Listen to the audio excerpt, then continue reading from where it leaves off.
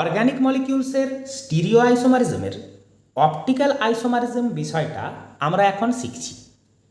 যে কয়টি ক্লাস আমরা করেছি তাতে optical isomerism, optical isomers, enantiomers and optical আইসোমারগুলির কাইরাল সেন্টারের DL and RS designation assignment আমরা শিখেছি। আরএস নোমেনক্লেচার শিখে যাওয়ার পর এবার আমরা আরও একবার ফেরত আসব অপটিক্যাল আইসোমারিজমের অন্যান্য কিছু বিষয়ের ওপর। তার জন্য আমরা আগে যা শিখেছি তা মনে করে নিয়ে আমরা আমাদের আজকের ক্লাস শুরু করি। আমরা জেনেছি যখন মনোক্রোমাটিক প্লেন পোলারাইজড লাইট কোনো অপটিক্যালি অ্যাক্টিভ কম্পাউন্ডের মধ্যে দিয়ে পাস হয় তখন প্লেন পোলারাইজড লাইটের ভাইব্রেশনের যে ইনিশিয়াল প্লেন সেই প্লেনটা রোটেটেড হয় either towards the right or towards the left. এই যে অ্যাঙ্গেলে প্লেনটা রোটেটেড হয় সেই অ্যাঙ্গেলকে আমরা বলি অ্যাঙ্গেল অফ রোটেশন। আমাদের আজকের আলোচনার বেশিরভাগটাই এই অ্যাঙ্গেল অফ রোটেশন রিলেটেড হতে চলেছে। আমরা এখন জানব যে এই অ্যাঙ্গেল অফ রোটেশন কোন কোন বিষয় দ্বারা প্রভাবিত হয় বা অ্যাফেক্টেড হয়। তাহলে আমরা কোশ্চেন আনসারের ওপর দিয়ে আমাদের টপিকটিকে এগিয়ে নিয়ে যাব। এখানে আমরা দেখছি রেড কালারের যে লাইন সেটাকে যদি আমরা প্লেন পোলারাইজড লাইটের ভাইব্রেশনের ইনিশিয়াল প্লেন ধরে নিই তাহলে অপটিক্যালি অ্যাক্টিভ কোনো একটা কম্পাউন্ড সেই প্লেনকে রাইটে অর লেফটে রোটেট করতে পারে। দুটি অপটিক্যাল আইসোমারের এই প্লেন পোলারাইজড লাইটের প্লেনকে রোটেট করার ক্ষমতাটা একই কিন্তু উল্টো দিকে। এখানে আমরা দেখিয়েছি অ্যাঙ্গেল অফ রোটেশন আলফা। এখানে আমাদেরকে বলেই দেওয়া হয়েছে rotation of plane of polarised light by optically active compound. এই বিষয়টি কিন্তু আমাদের আগে জানা, যেহেতু আমরা বেশ কিছুদিন ডিএল অ্যান্ড আরএস নোমেনক্লেচারের মধ্যে কাটিয়েছি তাই আমরা এই বিষয়গুলি দিয়েই আরও একবার শুরু করছি যেন আমরা আলোচনার ফেলে আসার সূত্রটা ধরে ফেলতে পারি। আমাদের কাছে কোয়েশ্চেন এসেছে what factors affect the value of observed rotation alpha. এই যে অ্যাঙ্গেল অফ রোটেশন সেটাকেই এখানে বলা হচ্ছে অবজার্ভড রোটেশন। তাহলে কোয়েশ্চেনটা হচ্ছে যে এই অবজার্ভড রোটেশন কি কি বিষয় দ্বারা প্রভাবিত হয় বা কোন কোন ফ্যাক্টর দ্বারা অ্যাফেক্টেড হয়। Number of molecules the light beam encounters, অর্থাৎ লাইট বিম যখন পোলারিমিটার টিউবের মধ্যে দিয়ে পাস হয়, আমরা এখানে একটা পোলারিমিটার টিউব দেখিয়েছি যেটা আমাদের যে এক্সপেরিমেন্টাল সেটআপের ডেসক্রিপশন ছিল সেখানকার এই টিউবটা। তো এই যে পোলারিমিটার টিউবের ভেতরে অপটিক্যালি অ্যাক্টিভ কম্পাউন্ডটার কতগুলি মলিকিউল প্লেন পোলারাইজড লাইটের সাথে ইন্টারাক্ট হচ্ছে তার ওপর নির্ভর করে অবজার্ভ রোটেশন কত হবে। তাহলে ওই পোলারিমিটার টিউবের ভেতর কতগুলি মলিকিউল থাকবে এবং লাইট বিম কতগুলি মলিকিউলের সাথে ইন্টারাক্ট করবে সেটা ডিপেন্ড করবে দুটো বিষয়ের ওপর। একটা হলো concentration of the optically active compound, আরেকটা হলো পাথ লেন্থ।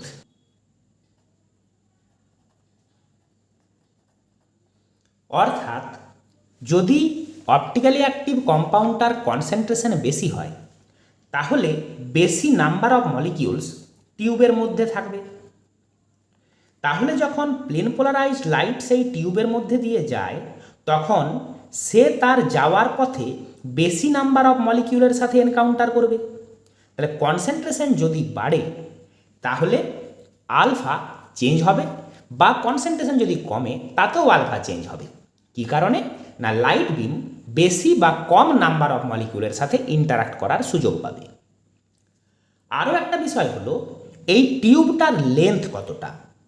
টিউবটার লেন্থ যত বেশি হবে প্লেন পোলারাইজড লাইট তত বেশি সময় টিউবের মধ্যে দিয়ে যাবে। টিউবটাকে পেরিয়ে যেতে প্লেন পোলারাইজড লাইটকে আরও বেশি সময় দিতে হবে। বেশি সময় টিউবের ভেতরে থাকা মানেই বেশি নাম্বার অফ মলিকিউলের সাথে ইন্টারাক্ট হওয়া।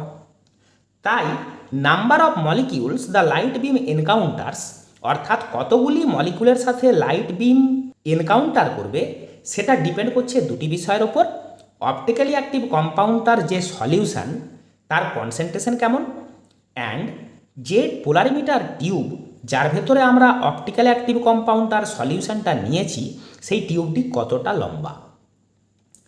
আর যে বিষয়গুলি আছে তাদের মধ্যে আসছে সলভেন্ট ইউজড, অর্থাৎ সলভেন্ট যদি বদলে যায় তাহলে অ্যাঙ্গেল অফ রোটেশনও বদলে যাবে।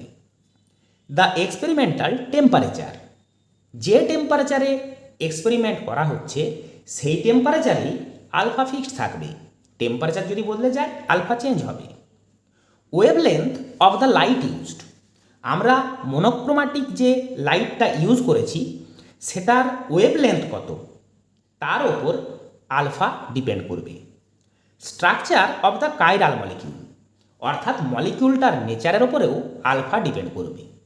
দুটো ডিফারেন্ট কাইন্ডের অপটিক্যালি অ্যাক্টিভ কম্পাউন্ডের আলফা ডিফারেন্ট আসবে, কারণ তাদের স্ট্রাকচারটা সেম হবে না। এই 5টি বিষয়ের ওপর অবজার্ভ রোটেশন আলফা ডিপেন্ড করে। Next question, what is specific rotation?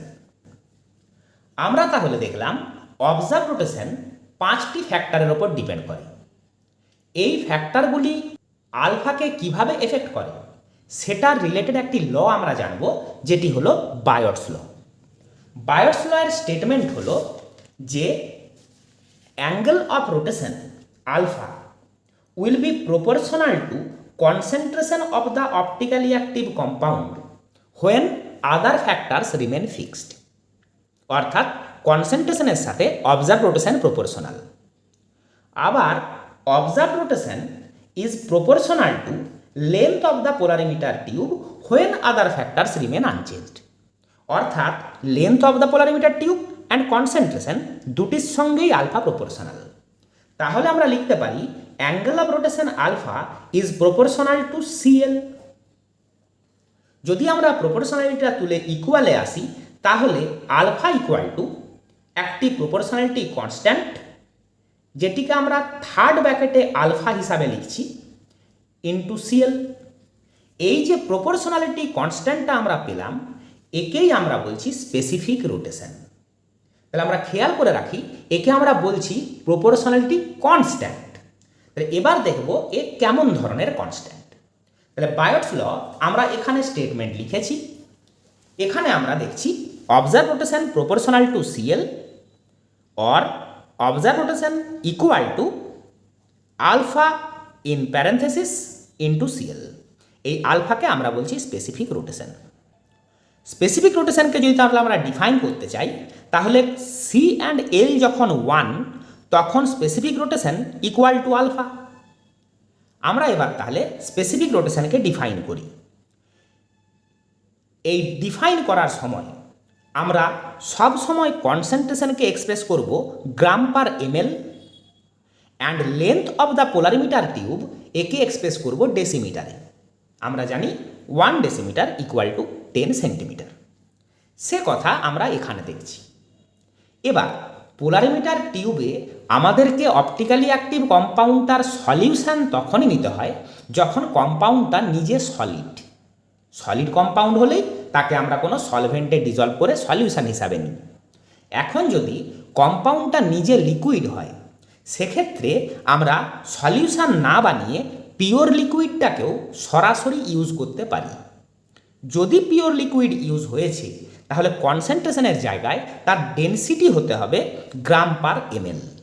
সোজা কথায় সলিউশন হলে তার কনসেন্ট্রেশন হতে হবে গ্রাম পার এমএলে, অ্যান্ড যদি লিকুইড কম্পাউন্ড হয় অ্যান্ড সেক্ষেত্রে আমরা যদি পিওর লিকুইড ইউজ করছি তখন তার ডেনসিটি আমরা ভাববো, যেটাও এক্সপ্রেস করতে হবে গ্রাম পার এমএলে।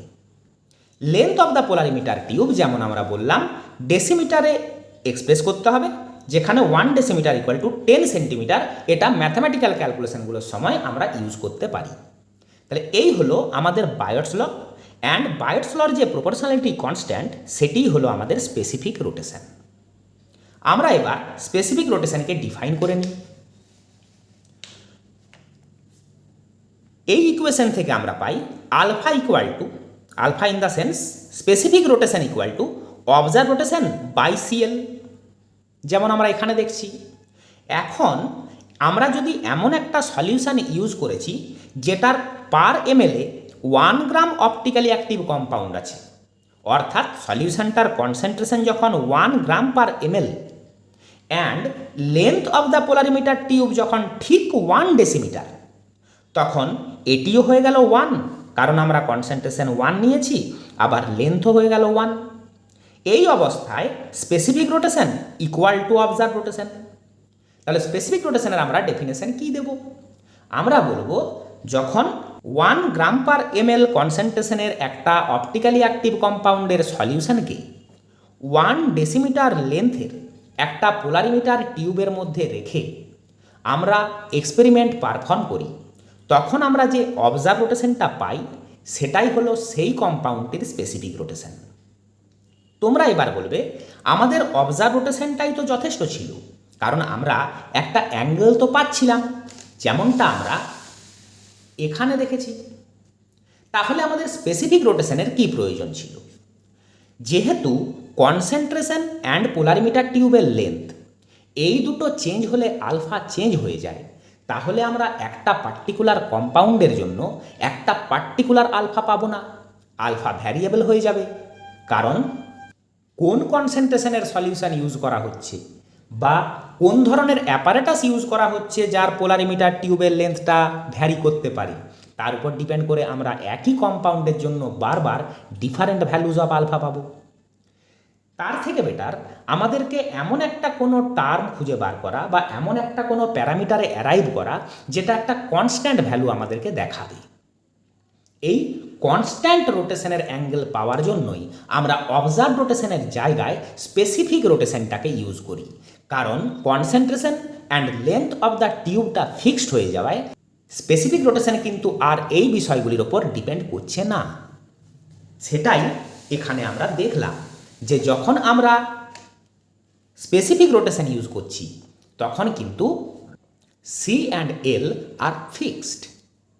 এই কারণেই অবজার্ভ রোটেশনের জায়গায় স্পেসিফিক রোটেশনটা অনেক বেশি অ্যাপ্লিকেবল। এবার তাহলে আমরা স্পেসিফিক রোটেশনের ডেফিনেশনটা একবার দেখে নিই। যেমন আমরা দেখলাম সেই অনুযায়ী বলা হচ্ছে specific rotation may be defined as the rotation in degrees brought about by a pure liquid or a solution containing 1 gram of an optically active substance per ml, অর্থাৎ পিওর লিকুইড হলেও বা যদি কোনো সলিউশন হয় সেক্ষেত্রেও পার এমএলএ 1 গ্রাম present থাকতে হবে। এই অবস্থায় যদি তাকে 1 ডেসিমিটার পোলারিমিটার টিউবের মধ্যে প্লেস করে অবজার্ভ রোটেশনটি আমরা মেপে নিই, সেটাই হচ্ছে specific rotation alpha. Next question, what should be the unit of specific rotation? তাহলে আমরা স্পেসিফিক রোটেশনের যে ইকুয়েশন বায়োটস ল থেকে পেয়েছি সেখানে যদি আমরা আলফা সি অ্যান্ড এল এর ইউনিট বসিয়ে দিই তাহলে কিন্তু আমরা স্পেসিফিক রোটেশনের ইউনিটটা পেয়ে যাচ্ছি। তাহলে কনসেন্ট্রেশনকে তো এক্সপ্রেস করা হয়েছে গ্রাম পার এমএল, আবার এমএল মানেই যেহেতু সিসি তাই গ্রাম পার এমএলকে আমরা বলতে পারি গ্রাম পার সিসি। এল ইউজ করা হয়েছে ডেসিমিটারে অ্যান্ড অ্যাঙ্গেল অফ রোটেশন অবশ্যই ডিগ্রিতে। আমরা আলফার ইউনিট ডিগ্রি, সি এর unit gram per CC and tube length ডেসিমিটারে এক্সপ্রেস করেছি।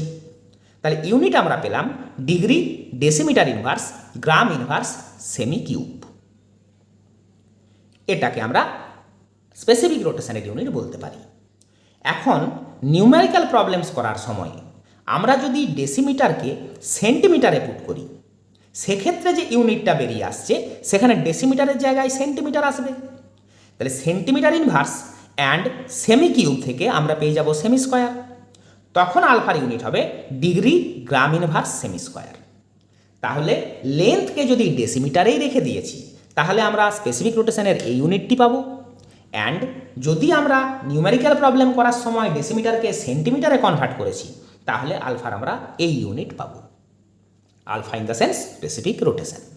এখানে আমাদেরকে বলে দেওয়া হচ্ছে যে স্পেসিফিক রোটেশনের এই ইউনিটগুলি অ্যাকচুয়াল ইউনিট হলেও আমরা কিন্তু স্পেসিফিক রোটেশনকে ইউজুয়ালি শুধুমাত্র ডিগ্রি দিয়ে রিপ্রেজেন্ট করে থাকি। তাই আমরা এর পরে যখন স্পেসিফিক রোটেশনের কোনো ভ্যালু দেখব সেখানে শুধু ডিগ্রি ইউনিটটাই দেখতে পাবো।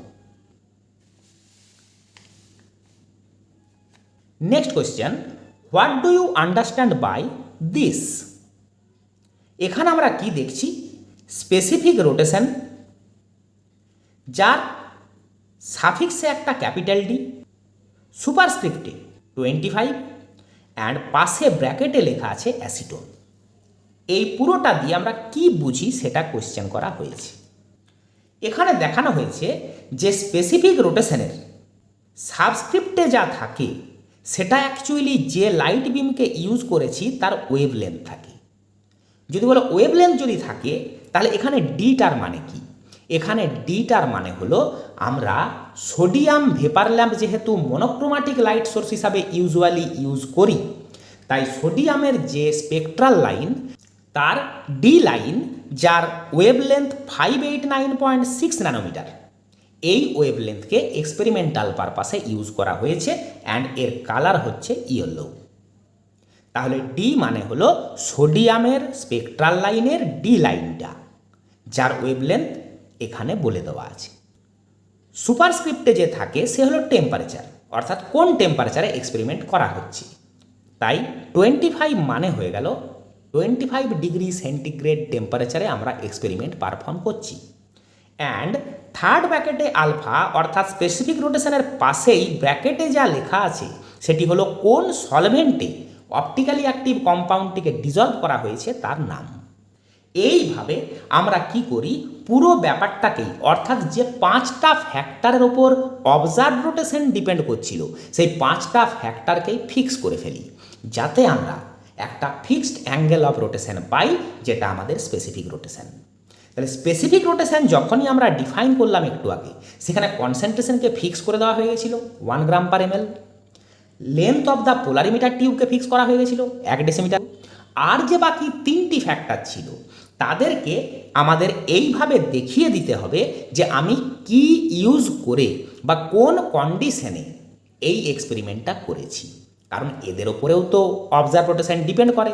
তাই যদি এদেরকে আমরা স্পেসিফাই না করি তাহলে তো অ্যাঙ্গেলটার কনস্ট্যান্ট ভ্যালু পাবো না। তাহলে আলফার ভেতরে ফিক্স হয়ে আছে concentration and length of the tube, and এখানে আমরা অন্যান্য যে ভ্যারিয়েবলগুলো সেগুলোর কোনটাকে কি ইউজ করেছি সেগুলোকে স্পেসিফাই করে দিয়েছি। এইভাবে আমরা স্পেসিফিক রোটেশনের ভ্যালুকে ইউজুয়ালি এক্সপ্রেস করে থাকি কোনো একটা পার্টিকুলার কম্পাউন্ডের জন্য। এখানে এই বিষয়গুলিকেই লিখে দেওয়া হয়েছে, তোমরা সময় মতো পড়ে নিও, নোট করে নিও। স্পেসিফিক রোটেশনটা তাহলে ভালোভাবে বুঝতে পারার জন্য আমাদের উচিত এক্ষুনি একটা নিউমেরিক্যাল প্রবলেম করে ফেলা। আমাদেরকে এই প্রবলেমটি দেওয়া হয়েছে। প্রবলেমটি দেখতে বেশ বড়সড়, তাই ভয় পেয়ে যেও না। আমরা ধাপে ধাপে প্রবলেমটিকে সলভ করব। একই প্রবলেমে সব ধরনের বিষয়কে ইনকর্পোরেট করতে গিয়ে প্রবলেমটা একটু বড় হয়ে গেছে। Calculate the specific rotation of plus glyceraldehyde if a solution containing 2 gram per 10 ml is placed in a 1 decimeter polarimeter tube and observed rotation at 25 degree centigrade using sodium D line is plus 1.74 degree। এটা হয়ে গেল given data. এখানে focus করার বিষয় কি আছে? Specific rotation বার করতে হবে, যেখানে কম্পাউন্ড নেওয়া হয়েছে প্লাস গ্লিসারালডিহাইড। প্লাস মানেটা তো আমরা ভালোই জানি, গ্লিসারালডিহাইডের সেই অপটিক্যাল আইসোমারটি যে প্লেন পোলারাইজড লাইটের ভাইব্রেশনের প্লেনকে রাইটে রোটেট করে। রাইটে রোটেট করলে আমরা প্লাস অর স্মল ডি সিম্বলটা ইউজ করি। এক্সপেরিমেন্টটা কেমনভাবে করা হয়েছে? সলিউশন বানানো হয়েছে প্লাস গ্লিসারালডিহাইডের, যে সলিউশনটায় পার 10 ml 2 গ্রাম সাবস্টেন্সটা আছে। পোলারিমিটার টিউবটির লেন্থ 1 ডেসিমিটার, 25 ডিগ্রি সেন্টিগ্রেডে এক্সপেরিমেন্ট পারফর্ম করা হচ্ছে, অ্যান্ড মনোক্রোমাটিক লাইট সোর্স হিসাবে সোডিয়াম ডি লাইন ইউজ করা হয়েছে। আমরা অবজার্ভ রোটেশন পেয়েছি প্লাস 1.74 ডিগ্রি। আমরা তাহলে এবার সলিউশন করি অ্যান্ড স্পেসিফিক রোটেশনের ভ্যালু ক্যালকুলেট করি। গিভেন ডাটা অনুযায়ী concentration C 2 gram per 10 ml, length of the polarimeter tube 1 decimetre, experimental temperature 25 degree centigrade. Wavelength used is sodium D line.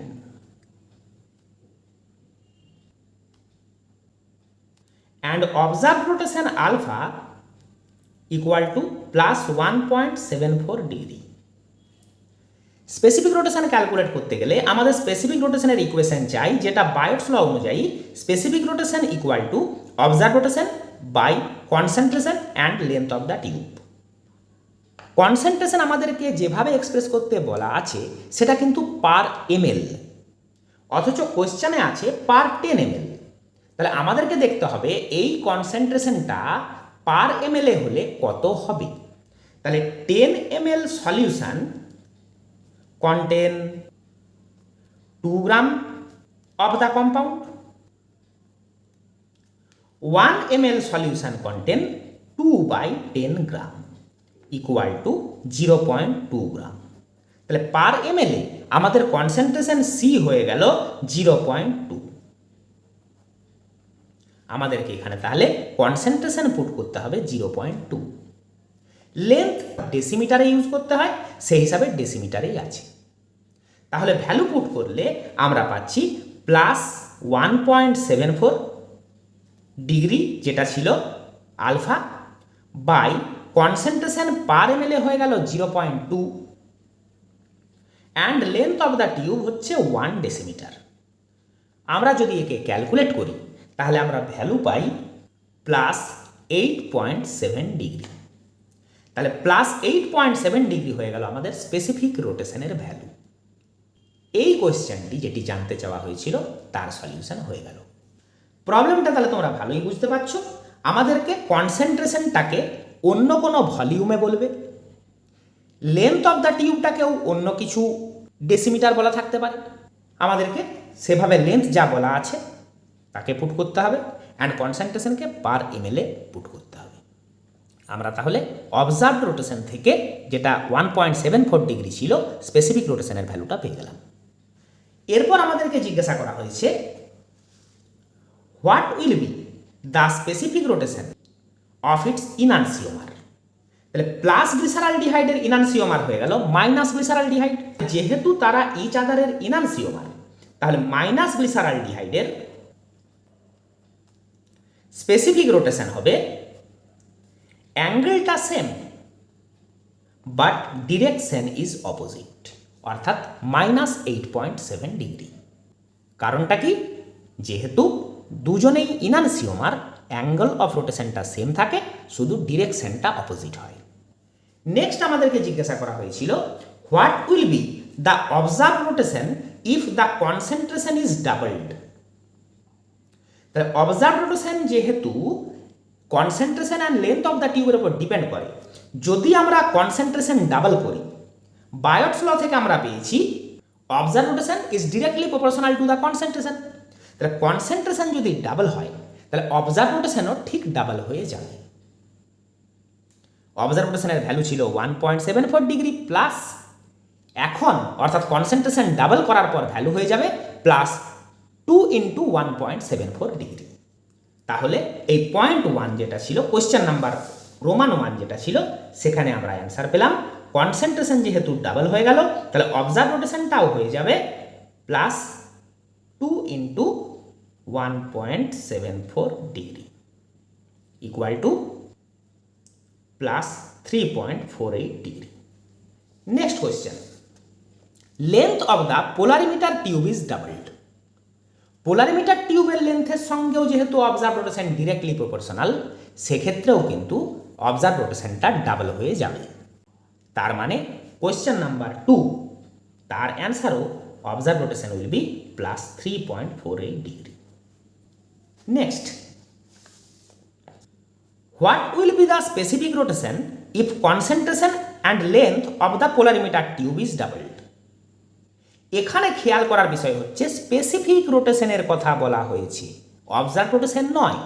তাহলে যেহেতু স্পেসিফিক রোটেশনে আমরা concentration and length of the টিউবকে fix করে নিই, সেই হিসাবে কনসেন্ট্রেশন বা লেন্থ যদি বদলায়ও তাহলেও কিন্তু স্পেসিফিক রোটেশন ভ্যালুর কোনো চেঞ্জ হবে না।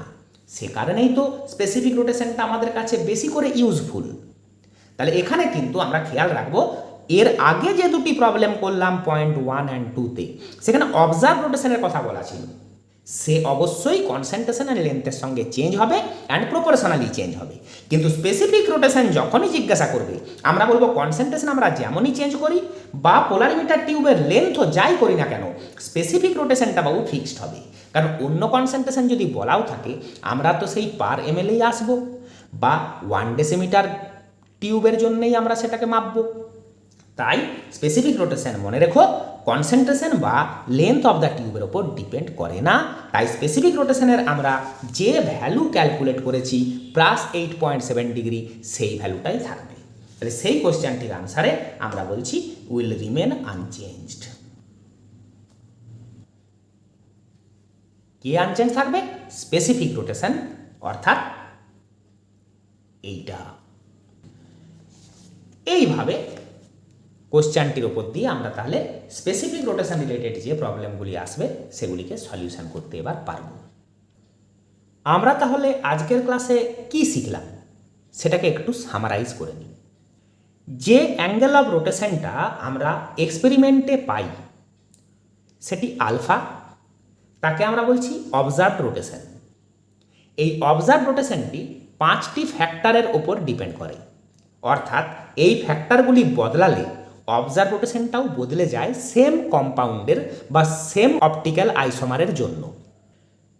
Concentration of the solution and path length of the tube, এরা ডিটারমাইন করে যে লাইট বিম যখন টিউবের মধ্যে দিয়ে যাবে তখন সে কতগুলি মলিকিউলের সাথে এনকাউন্টার করবে, অ্যান্ড কতগুলি মলিকিউলের সাথে এনকাউন্টার হবে লাইট বিমের, তার উপর কিন্তু আলফা ডিপেন্ড করবে।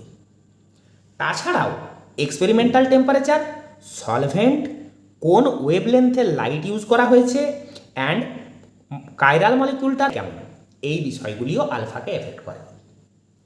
তাহলে আলফা যেহেতু অনেকগুলি ফ্যাক্টরের ওপর ডিপেন্ডেন্ট হয়ে যাচ্ছে, একই মলিকুলের ওপর যখন আমরা এক্সপেরিমেন্ট করি, এগুলির কোনো একটি বদলে গেলেই আলফার ডিফারেন্ট ভ্যালু চলে আসে। আমাদের তাহলে দরকার এমন একটা টার্ম যেটি একটা কনস্ট্যান্ট টার্ম একটা পার্টিকুলার আইসোমারের জন্য, যাকে আমরা একটা প্রপার্টি হিসাবে বলতে পারবো। আমরা তো জানি যে এই অপটিক্যাল অ্যাক্টিভিটিটা একটা ফিজিক্যাল প্রপার্টি, তো যেহেতু একটা প্রপার্টি, এর একটা ফিক্সড ভ্যালু আমাদের পাওয়া উচিত। সেই ফিক্সড ভ্যালুটা খুঁজতে গিয়ে আমরা এলাম স্পেসিফিক রোটেশনে। স্পেসিফিক রোটেশনটা কি না, অবজার্ভ রোটেশন একই সঙ্গে concentration and length of the টিউবের সাথে প্রপোর্শনাল। প্রপোর্শনালিটির জায়গায় আমাদের আসে একটা কনস্ট্যান্ট, সেই কনস্ট্যান্টটাকেই আমরা বলে দিয়েছি স্পেসিফিক রোটেশন। তাকে আমরা অন্য কোনো সিম্বল না দিয়ে অবজার্ভ রোটেশনকেই থার্ড ব্র্যাকেটে রেখে দিয়েছি, অর্থাৎ আলফাকে যখন আমরা থার্ড ব্র্যাকেটের মধ্যে দেখতে পাবো তখন তাকেই বলবো আমরা স্পেসিফিক রোটেশন।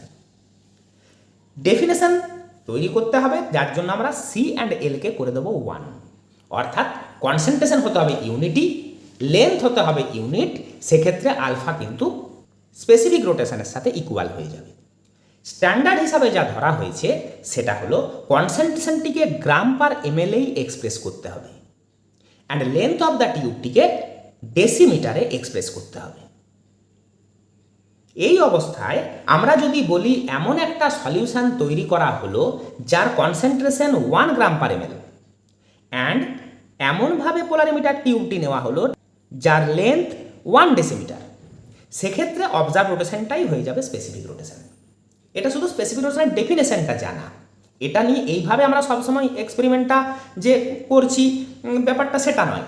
আমরা এক্সপেরিমেন্টটাকে অন্য কন্ডিশনে করতে পারি, অন্য কন্ডিশনে করে যখন আমরা এই কন্ডিশনে সেটাকে ট্রান্সফর্ম করব তখন কিন্তু সেটাই হয়ে যাবে স্পেসিফিক রোটেশন। তারপর আমরা জানলাম স্পেসিফিক রোটেশনের ইউনিট। বায়টস লর যে ইকুয়েশন পেলাম সেখানে অবজার্ভ রোটেশনকে ডিগ্রি, কনসেন্ট্রেশনকে গ্রাম পার সেমিকিউব, অ্যান্ড লেন্থকে ডেসিমিটার পুট করে আমরা এই ইউনিট পাই। যদি আমরা ডেসিমিটারকে সেন্টিমিটারে কনভার্ট করে স্পেসিফিক রোটেশন বার করেছি, তাহলে ডেসিমিটারের জায়গায় সেন্টিমিটার পুট হয়, অ্যান্ড সেক্ষেত্রে আমরা সেমি স্কোয়ারে পৌঁছে যাই।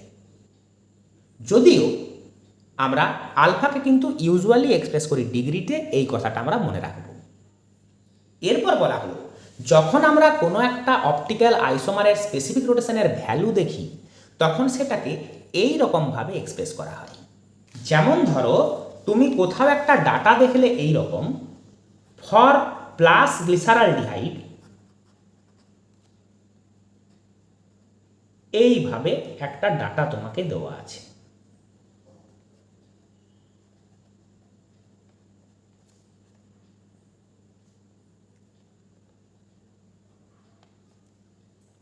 এটাকে কোনো পারফেক্ট ডাটা ধরে নিও না, আমি একটা এক্সাম্পল বানানোর চেষ্টা করেছি মাত্র। তো এই জায়গাটাকে দেখে আমি কি বুঝব সেটা আমরা এখানে দেখেছি। স্পেসিফিক রোটেশনের ভ্যালু সেটা হলো থার্ড ব্র্যাকেটে আলফা। সুপারস্ক্রিপ্টে যাকে দেখছি সে এক্সপেরিমেন্টাল টেম্পারেচারকে বোঝাচ্ছে ডিগ্রি সেন্টিগ্রেডে। পাশে ব্র্যাকেটে যার নাম লেখা থাকছে সে সেই সলভেন্ট যে সলভেন্টে কম্পাউন্ডটাকে ডিজলভ করে এক্সপেরিমেন্ট করা হয়েছে, অ্যান্ড কোন ওয়েভলেন্থ অফ লাইট ইউজ করা হয়েছে সেটা এখানে আছে। আমরা তাহলে প্লাস গ্লিসারালডিহাইডের জন্য এখনই যে স্পেসিফিক রোটেশনের ডাটা দেখলাম সেটাকে কিভাবে রিড করব?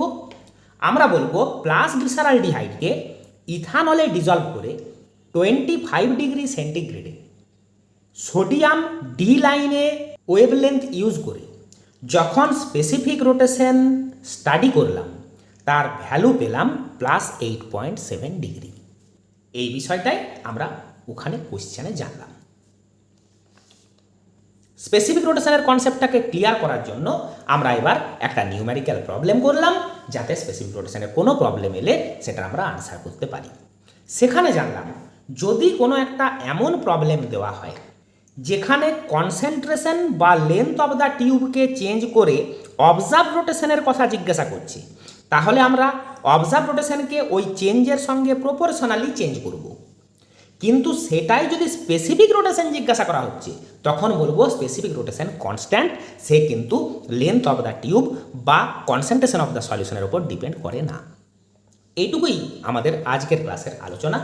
আজ আমরা আর নতুন বিষয়ে যাচ্ছি না, আরও গুটি কয়েক মাত্র বিষয় আমাদের অপটিক্যাল আইসোমারিজমের থেকে গেল, সেগুলি আমরা নেক্সট ক্লাসে করব। আমাদের আজকের ক্লাস এখানেই শেষ হলো।